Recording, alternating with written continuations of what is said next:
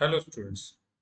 इस क्वेश्चन में पूछा गया है the eyes of potato tuber are root buds, B option flower buds, C option shoot buds and D option axillary buds. तो हम सबसे पहले इन चारों टाइप के बर्ड के बारे में समझ लेंगे कि रूट बर्ड जो होता है वो नॉर्मली मेन रूट और अपर लैटरल रूट से विद इन 25 डेज जब सीडलिंग जो होता है फॉर्म होते हैं तब इस्टेब्लिश होता है। तो ये कहाँ से ओरिजिनेट होता है बेटा? मेन रूट और अपर लैटरल रूट से ओरिजिनेट कहाँ से होता है? ओरिजिनेट फ्रॉम मेन रूट और अपर लैटरल रूट से ओरिजिनेट होता है। और within 25 days the seedlings are established. Within 25 days seedlings are established.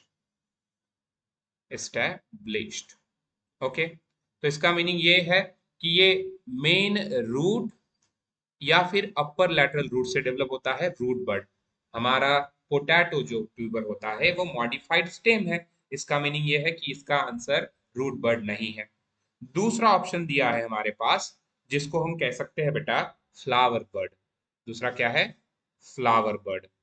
तो फ्लावर बर्ड जो है, फ्लावर बर्ड में बताया गया है कि ये जो है अंडर डेवलप और एम्ब्रियोनिक शूट होता है, जो क्या करता है, एक्सियल ऑफ द लीफ और स्टेम पे ग्रो करता है और फ्लावर बियर करता है।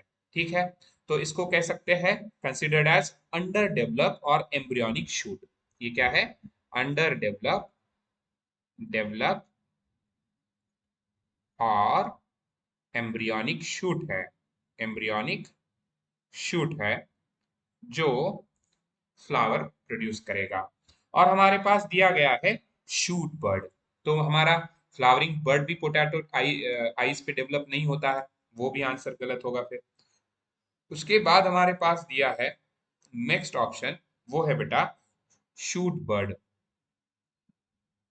तो ये जो शूट बर्ड होता है, शूट बर्ड ऑप्शन में हमें बताया गया है कि शूट बर्ड जो है, इस शूट बर्ड का मेन काम है, ये compact under develop young shoot होता है जो शूट एपेक्स में प्रेजेंट होता है, कॉम्प्लेक्स एक्सिस जिसको कह सकते हैं, है ना। तो इसको हम डिफाइन कर सकते हैं compact under develop, compact under develop, compact under develop young shoot, young shoot, compact under develop young shoot है ये, जो क्या करेगा बेटा, शूट एपेक्स में कंसिस्ट होगा, कंसिस्टिंग, कंसिस्टिंग शूट एपेक्स। तो ये भी हमारा ऑप्शन गलत होगा अगर हमने लिखा। तो ऑप्शन डी के बारे में सोचते हैं। ऑप्शन डी में बताया गया है कि ये जो है डी ऑप्शन, इसमें एक्सिलरी बर्ड बताया है। क्या बताया है? एक्सिलरी बर्ड बताया है।